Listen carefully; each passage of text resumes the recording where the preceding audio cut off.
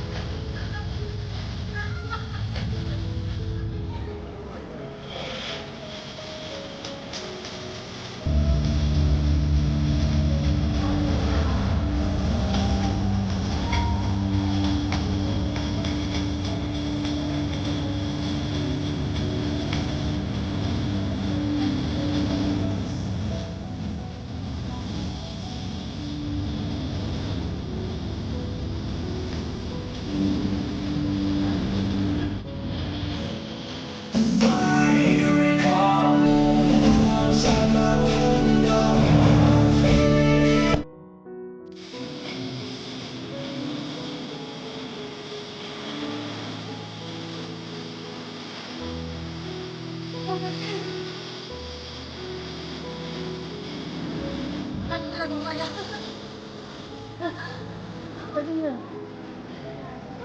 Ngayon kasi.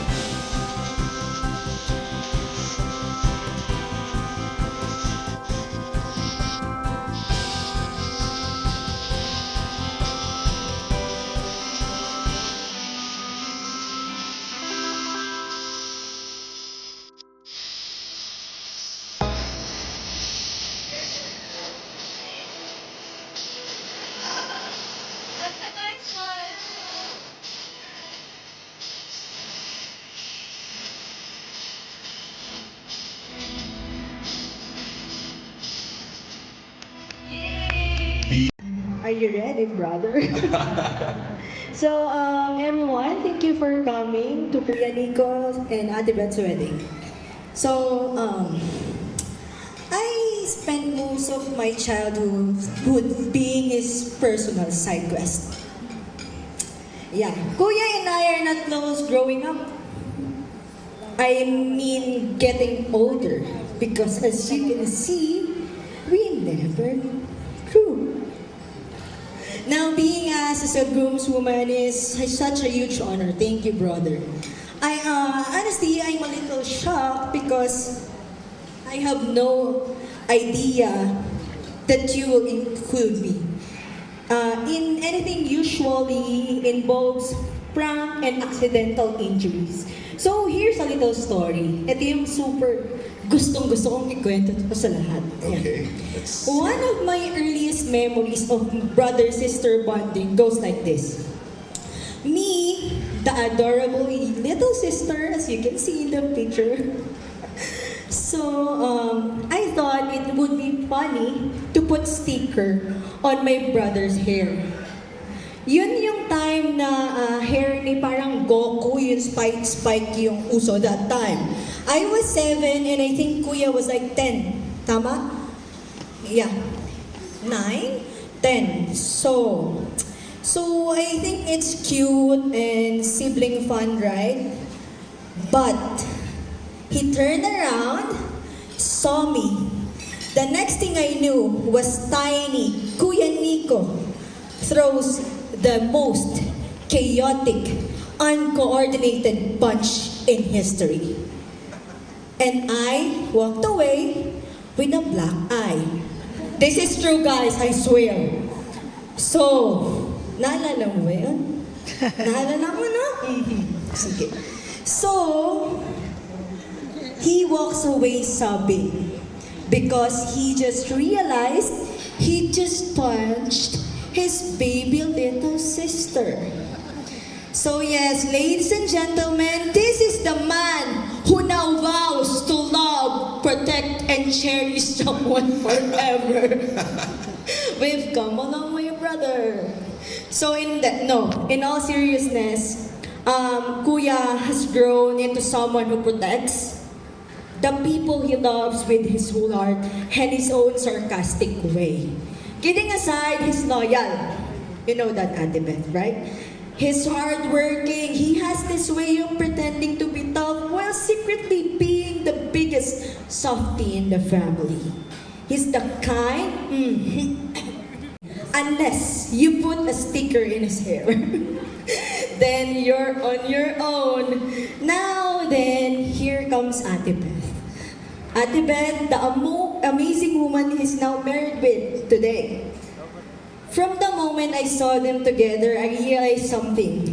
My brother, the same boy who once tried to fight over sticker, suddenly became happier. Come up to Michelle, as people don't know Kuya is a homebody. He never goes out sa kwarto niya. He just plays mobile games, computer games, and just work. He never even talked to us, honestly. And then, until he's already working, yun yung time na he hangs out, he goes out with his friends, and watching Kuya Nico love someone so completely has been one of the best things I've ever seen. I even remember him telling me na he'll get married at 40. And I was like, Kuya, don't get married at 40 kasi gusto ko magkaroon na agad ng pamangkin. Yeah, that's what I told my sister too. And now, I already knew that he's getting serious when he asked me that, Niece, how much would engagement ring cost? And I was like, Kuya, gosh, how would I know? Diba? But knowing he found someone who loves him for all that he is, the good, the chaotic, the sticker punching era and all, makes me so grateful. To Ate Beth, thank you for making my brother the happiest I've never seen him. If he never annoys you, I'm telling you, just put sticker in his hair. Okay? And to Kuya Nico, I'm so proud of you. I'm glad that you didn't give me a matching black eye tonight.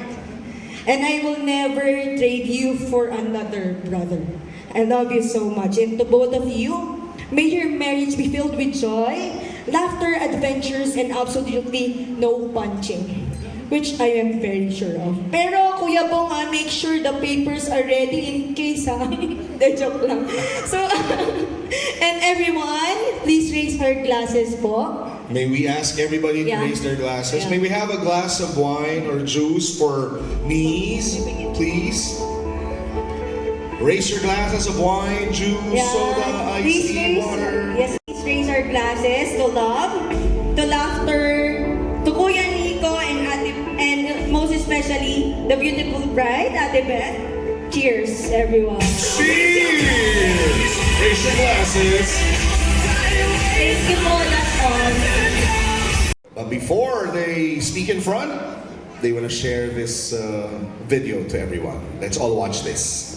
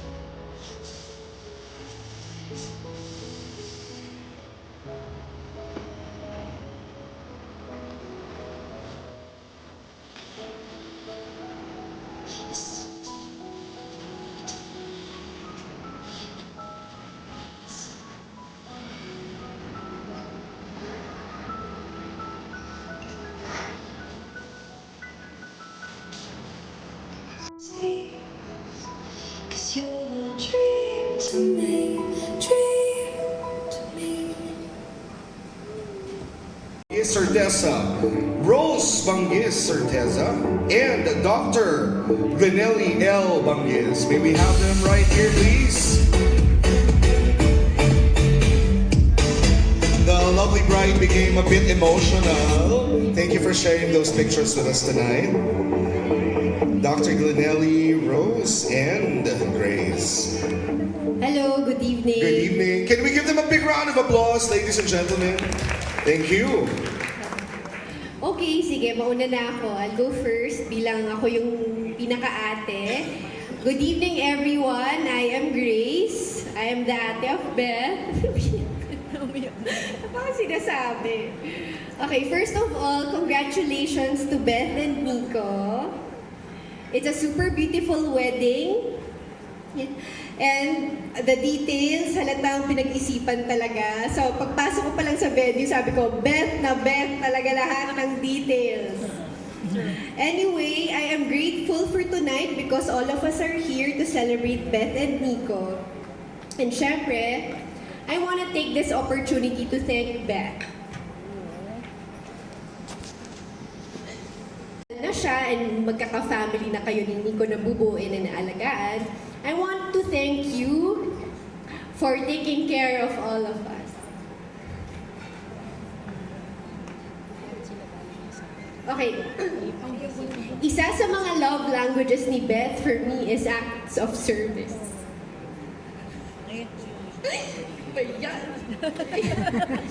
Okay, grabe si Beth mag-effort sa pamilya. Embassy, buong ganyan siya kapag may family trip, pag Christmas season, anong handa, saan tayo? Anong gagawin sa Mother's Day, birthday na ni Mommy, anong regalo, saan magsi-celebrate. So, siya talaga ang leader talaga ng pag-aasikaso ng lahat ng family events. And yan talaga yung tumatak sa akin. So, yun, even nung may pamilya na ako, sabi niya, ate, may photographer na ba sa birthday ni Gabi? May backdrop na ba sa birthday ni Kali? So, very involved pa rin siya. So, anyway, thank you, Beth, na hanggang sa last few years mo, as single, you are always there for us and for the family. Kaya, Nico, I'm sure alam mo naman na masarap talaga magmahal si Beth. And kung paano yung acts of service niya sa pamilya namin, imaginein mo na lang sa sarili ninyong pamilya. Kung paano siya as a wife and as a mother. So, thank you also, Nico, for being the best partner for Beth. For allowing her to be herself. And for loving our family. I will always be there for the both of you and your future family. I love you both and congratulations. Thank you. Thank you for sharing your story. Good evening, everyone. I'm Glenn. I'm the youngest sister of Beth. So, ang joke namin sa family, kami ni Beth, kami talaga is known as frenemies. Kasi among the girls, kami yung pinaka-opposite. We love each other, but we drove each other crazy talaga. Kasi siya maarte, super arte, tas ako hindi masyado. Basta yun. Favorite color niya pink, ako black, mga ganon. So, we loved each other but we drove each other crazy. But somehow, along the way, during our party girl era, and especially when Rose got married, we became close in a different way. I remember the day after Rose's wedding. I guess we both realized, OMG, hindi na uwi si Rose after this. Ang dami kong regrets. Ang dami kong regrets na I took it that we were in this change together. And this year that happened. We built something special, at least for me. Maybe it was just going home with her around or watching random shows together in our room or random late night rants and chicas before going to sleep. This year, I felt like we were more open with our feelings. Parang lagi kaming It's really been tough for Beth. I know that she felt all those things to this year. And honestly, I'm partly to blame because of my unpredictable duty schedules. And also for choosing comfort, madalas talaga akong hindi nakakauwi sa bahay. Lifetime of love that you waited for, prayed for, and asked for. And all of us here are very happy to celebrate your love and send you off to a new chapter of life, challenges, and more love that you and Nico will go through. Ako na bahala kay Mommy. Asan si Mommy? Asan si Mommy? Mommy, God bless sa ating dalawa. So I invite everyone to raise their glasses and celebrate. Meron pa pala. Let's do it later. Okay, love you, Beth and Nico. Thank you very much for that. Good Everyone, evening po. I'm Rose, Beth's twin sister. Lahat ko na to. Confidant, shock absorber, simula pa. Default companion, initiator, and sometimes acting therapist. Tonight, I'd like to introduce Beth the way I know her. For some, Beth might come across as the mataray and upfront type. Siya yung no filter kapag galit. Kita mo agad sa look niya, sa actions niya, sa aura. But what many people don't see is the other side of Beth. She's incredibly compassionate, protective, thoughtful, and soft-hearted in ways that will surprise you. She's the kind of person you wish to have as a best friend. Someone who will stand by you and fight for you. So one story that really showed me this side of her was matagal na to when I was hospitalized for dengue. Actually, hindi niya alam na na-feel ko to nung time na yun. So, I was telling her most of the time na, alam mo, Beth, sana hindi ako mag-blood transfusion kasi natatakot ako doon. Pero after some days, yung doctor sinabi niya na parang, Rose, you had to go through it, gano'n. Pero ako, at some point, parang ako, okay na ako, basta gagaling ako. Parang siya yung naiiyak for me, umiiyak, parang nagbibigay siya ng iyak na parang gagaling ba talaga siya pa nag-blood transfusion na siya kasi alam niya takot ako. Gano'n. So parang, that day, parang, I just knew at that time how concerned she was for me. And just in general, si Beth nasa soft heart talaga. One time pa, months ago lang to, I had to go to the emergency. So parang, wala yung husband ko nun. So parang sabi ko, Beth, pwedeng meet tayo sa emergency, parang I'm having chest pains, gano'n. Alam nyo, nauna pa si Beth sa akin sa hospital, may kasama na siyang doctor, na yung friend namin. So, nauna pa siya sa akin, and ganun po talaga siya ka-compassionate, ka-concerned sa mga kapamilya niya. And so yun, even after I got married, kami dalawa ni Beth, we still see each other 4 to 5 times a week. I'm not sure if she noticed, but actually, sinusulit ko talaga yung time namin together. Beth and I, we have a common friend. Actually, cousin ng husband ko yon, si Enzo. So, one time sabi niya, Ate Rose, kamusta na si Ate Beth? Sabi ko, ayun, single and searching pa rin, years na. Tapos sabi ko, hanapan nga natin. Tapos sabi niya, sige, wait, titingin ako sa FB friends list ko. So, tumitingin siya, ganyan. Tapos nakita niya si Nico. Sabi niya, Ate Rose, ito, single to. Tapos sabi ko, patingin nga. Kita ko, maputi, check. Check. Chinito, check. Check. So, physical-wise, pasado po siya sa mga standards ni Beth. Sabi ko, ako na nagbigay ng number ni Beth. Ako, sabihin mo, i-text na tonight. So, the rest is history. Ayun. You're welcome, guys. Salamat sa Facebook list. May answered prayer too. In a different context. So, during the times when I felt Beth was lonely, or whenever she wished someone special to spend the weekends with apart from her family, ramdam ko rin yon.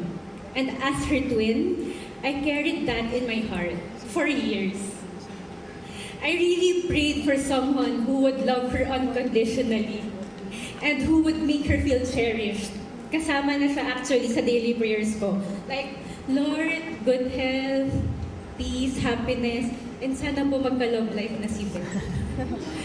So yan, I mean, siguro for more than 3 years, sabay tayo Beth nagpe-pray, pero hindi ko kinukwento sa'yo yun. So, Ang gaganda nila. Sana lahat ng kapatid magaganda. Sana all. Thank you so much. Right here on stage, please. We would love to hear your stories, your pieces of advice, and words of inspiration. Would you want to join your mom right here? Good day to everyone. Sinabi kong good day. Thank you for the good weather today. Diba? Kasi ilang araw umulan, falling off ang ulan. But talagang thank you tayo to God Kasi ang ganda ng panahon.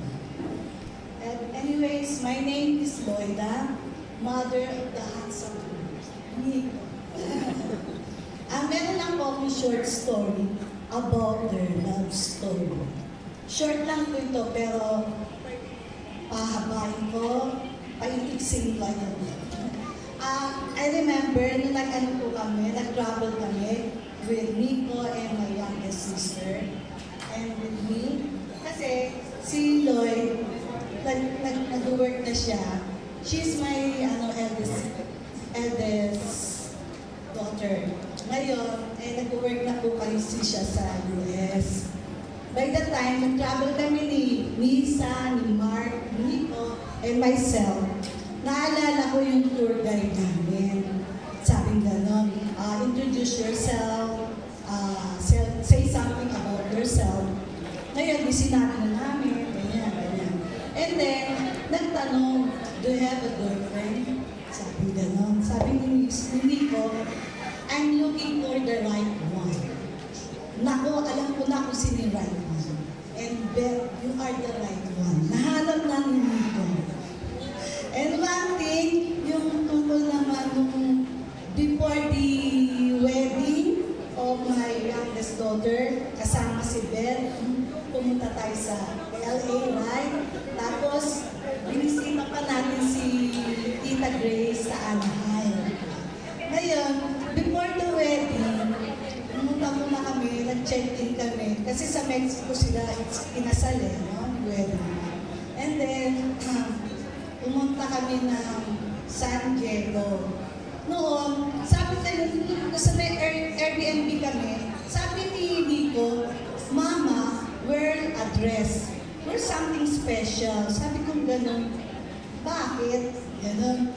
Basta, wala kaming idea kung bakit. Ewan ko lang si Liza kung may idea. Wala rin yata. And then, nung pinahawak niya sa akin yung bag niya. Nung kumain kami yata doon sa chocolate house at Beer Deli. And then, bumagsak yung bag ni Nico sa sahig. Tapos, nagalit siya. Sabi niya gano'n, oh, sino? Bakit nahulog? Ipinulog ko. Hindi ba nakita ni Beth? May nahulog? Sabi ko, hindi naman. Pinahawakan ko kaagad. Wala pa siyang nakita o ano? Wala. So, nagtaka na ako. Sabi ko gano'n, bakit ganito to? Parang yung uneasy siya or hindi at ease, hindi magulong isip. Siguro maybe a little bit nervous o hindi ko alam kung ano. And then, nung nandun na kami sa Balboa, San Diego, no? San Diego. Sabi, kumain muna kami sa may Japanese restaurant. Parang snacks lang, may nag-noodles lang kami, ramen, and then, yung vegetable salad. Tapos, teka muna, punta muna ako ng restroom. Sabi niya, bakit kaya? Parang aligada. Parang hindi siya. Sabi niya, oh, sige na. Okay na. O, kuya, sabi naman yung isa. Kuya, dito na yung right spot. Kasi nag-room around na kami sa Balboa. Sa may Balboa, San Diego. And then, sige na, akyat na kuya. Yan siguro nakita niyo dun sa video. Nung umaakyat na siya, walang tao. Niyaya niya si Beth. O dito tayo magpa-picture. Ayun pala, proposal na yun kay Beth. So, baka nalaglag yung ring. So, wala kaming idea at lahat kami na surprise. Kaya, napaiyak kami, so happy kami for Beth and Nico. Ayan, ano pa ba? Ano ba sasabihin ko? Si Nico, syempre, like mother and son, ano tayo yung minsan meron tayong misunderstanding, diba? Natural lang yun. Di ba po ba? Mga mami, relate po ba kayo? Sa mother-son, relationship. And then, pero pag nag-aaway kami niyan, at the end of the day, tapos na. Kinabukasan, nakalimutan ko na nga kung ano yung pinag-awayan namin. Kasi we're okay na. Parang walang nangyari. Ganun po yun. And then, ko lang, my son is not perfect. But absolutely, he is a good man. Yan po, he is a good man and I'm lucky to have a son like him. Masaya po ako. Sabi ko ganun, hindi ako iiyak. Binigyan niya ako ng tissue. Sabi ko, use na yan. Huwag na hindi ko nadalhin. Basta hindi ako iiyak. Sabi ko ganun. Kaya naiiyak na. Pero sige, ito na lang.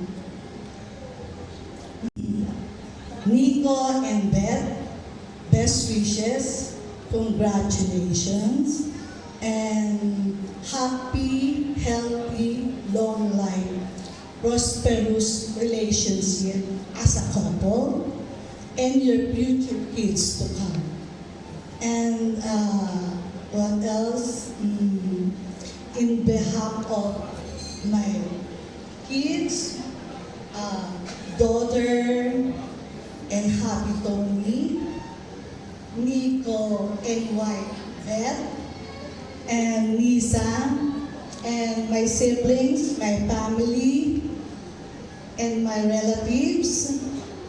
Thank you for all of you guests, Ninangs, my friends, and all the guests. Thank you so much for coming in this very special, wonderful, hindi ko na alam kung ano pang masasabi ko, bonggang-bonggang wedding venue, wedding event, I don't know what to, basta lahat, the best. And thank you for coming in behalf of my, sinabi ko na po. Thank you, and one thing more, most important, put God in the center of your relationship. Yun lang. Respect, love each other until the end. Basta love each other and respect. Yun lang. Siyempre, God will be in the center of your relationship. Yun lang, and mag-work everything. Thank you. And this is my daughter. I want you to introduce my eldest daughter, Lloyd. Tingnan humaba. Anyways, I'm actually surprised kasi kala ko joke lang na magsasalita ako. So, I'll make it short and sweet na lang. First, thank you din kasi sa mga guests. And nang nakita ko talaga, tapos sabi ko, oh my gosh, ang ganda-ganda talaga. So, I think this is all bets. Kasi si Mac kanina, that's a surprise din talaga siya. By the way, I called him Mac kasi sa bahay talaga, tawag namin sa kanya Mac. And I guess outside of the house, he's Nico. He's known as Nico. So, short na lang, meron din akong konting anecdote. So, ako yung eldest daughter, and then, si Nico talaga, or si Mac, middle child siya. And yung pagitan namin is actually just 1 year apart. So, you can imagine how chaotic it is in the house. Kasi siya yung tipo ng bata na nang-aasar talaga. So, lagi talaga kami nag-aaway niyan. But, what I can say is, outside the house, even if, like, for example, may away kami inside the house, or hindi naman siguro secret that we grew up, not like your family, that you grew up with your dad, right? So for us, we didn't. But it's okay. Because outside the house, no matter kung nag-away kami or nag-aasar inside the house, when we go out, Mac is very protected talaga. Kinakabahan ako.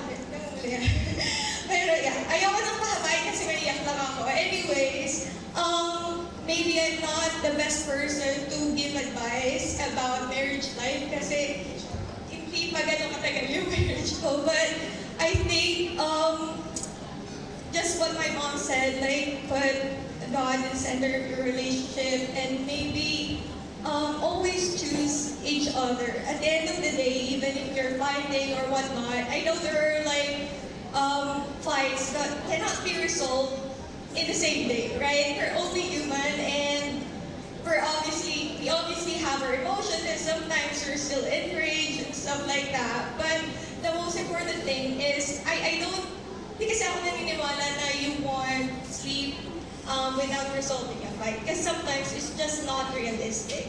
But the thing is, as long as pag-uusapan niyo siya either the next day or the day after the next, as long as you communicate with each other, I think that's the best thing to do.